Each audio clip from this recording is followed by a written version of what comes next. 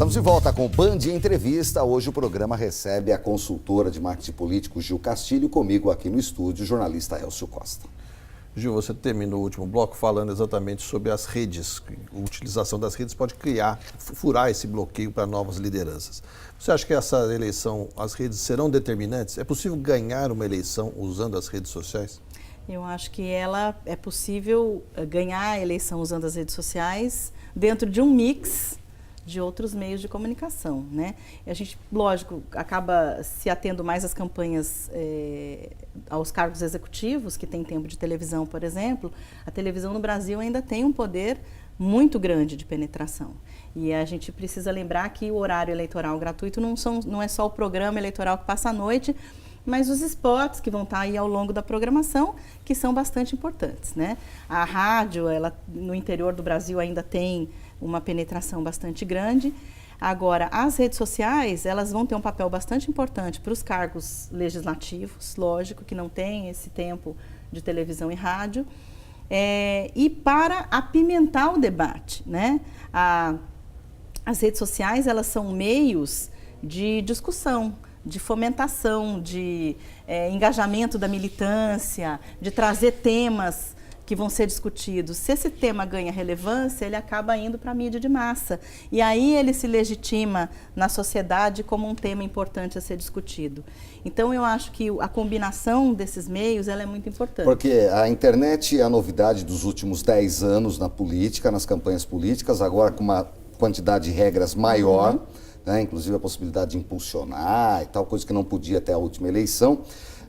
Os candidatos já entenderam como usar essa ferramenta? Eu acho que alguns sim, de maneira bastante eficiente, mas uma grande maioria de candidatos ainda não. Porque não é só fazer filminho e colocar na rede social, né? Exatamente. Na verdade, a palavra mágica para as redes sociais é diálogo, né? Na verdade, assim, são dois verbos, é escutar e conversar. Primeiro eu tenho que escutar o que as pessoas estão falando, eu tenho que escutar o que as pessoas querem e aí dialogar com elas. Utilizar as redes sociais como um meio de comunicação de massa é um erro crasso. Esse seria o principal pecado que um candidato possa cometer usando as redes? Ele Sim. simplesmente replicar a campanha que ele já está acostumado, a tradicional, nas redes? Exatamente. Na verdade, cada meio precisa ter uma forma própria de se comunicar. E as redes sociais, elas pedem esse tipo de coisa. Elas pedem o diálogo, elas pedem o debate, elas pedem o engajamento. E aí, também entender que pela informalidade do meio, não significa que possa-se tudo na internet, né? Na verdade, a gente precisa entender também que dentro do próprio meio internet, cada meio tem uma forma de se comunicar. O Facebook você dialoga de uma maneira, segmenta público. No WhatsApp, por exemplo, que é uma ferramenta fantástica aí, de boca a boca, né? O antigo porta a porta agora virou dedo a dedo, né? A gente consegue, através do WhatsApp, conversar com uma grande parte da população de maneira muito rápida e com informações muito curtas, muito objetivas ou divertidas, enfim. Você tem que criar uma empatia aí com o seu eleitor, né? Tomando cuidado, logicamente, para não fazer spam ou não ser chato, porque aquilo que o Nicolini falou no começo, o rechaço à política está muito grande. Então, assim, eu não posso ficar invadindo a vida digital do meu eleitor. E o fake news? Nós íamos fazer a mesma pergunta. Na realidade, ele foi mais rápido que eu. Nesse universo, como é que você enfrenta o fake news e foge disso? Para quem está em casa nos acompanhando, tem jeito de escapar? Olha, eu acho que o próprio Zuckerberg deve estar perguntando a mesma coisa, né? Eu acho que medidas estão sendo tomadas. A questão dos boatos, ela sempre existiu, principalmente na política, né? Os meios é que vão mudando. E, logicamente, que a hora que você tem um meio eletrônico, que tem uma propagação muito rápida, você tem aí fogo de palha, né? Tacou fogo, aquela coisa incendeia. E até você conseguir reverter o processo é mais complicado. Então, o que você tem hoje são vários atores da sociedade tentando diminuir o impacto das fake news. A gente sabe que o TSE, por exemplo, assinou acordos com várias instituições, com uma instituição que eu faço parte, por exemplo, que é o CAMP, que é o Clube Associativo dos Profissionais de Marketing Político, para que os profissionais que trabalham na área ajudem a combater as fake news. Vários veículos de comunicação estão fazendo também acordos para checar a veracidade das informações. A lei ela está mais dura com relação a essa questão. E o próprio Facebook, dia 31, né? E vai colocar no ar um cadastramento para os políticos. Eles têm que ter perfis autorizados, que é justamente para que você possa punir pessoas que estão enviando informações falsas. Difícil da gente combater isso se não for num esforço conjunto. E o eleitor, na verdade, já que é ele que interessa de fato, precisa começar a ser crítico com relação à fonte que originou a notícia.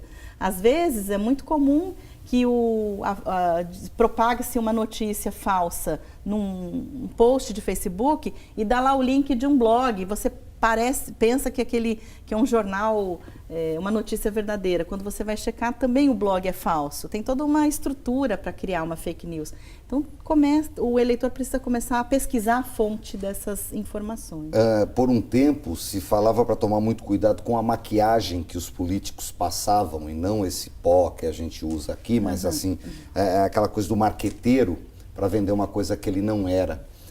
Isso veio de 30 anos para cá com os palanques eletrônicos que surgiram no Brasil. Antes era palanque de caminhão, o pessoal mais antigo se lembra dos comícios, né? E aí você ia lá ouvir o candidato. Hoje você ouve de uma forma eletrônica, praticamente não se tem mais comício, mas se tem toda essa mídia digital aberta, que todo mundo tem acesso e todo mundo fala e responde o que quer. O eleitor vai ter, ao seu ver, com toda a sua experiência, mais dificuldade para conseguir filtrar? Como fazer? Eu acho que, sim, às vezes até a gente, às vezes cai em pegadinha, né? Você lê uma primeira notícia, tem um impacto, e aí você vai pesquisar melhor e aquela informação ela não é verdadeira. Então, na verdade, o que precisa de fato é que cada um de nós, de alguma maneira, colabore dentro desse processo, porque ela vai ser mais complicada sim. E, logicamente, que os próprios candidatos também podem ter estratégias de diminuir informações que sejam falsas a seu respeito. Isso não é uma coisa nova. O Obama usou isso em 2008, na primeira campanha que ele se elegeu.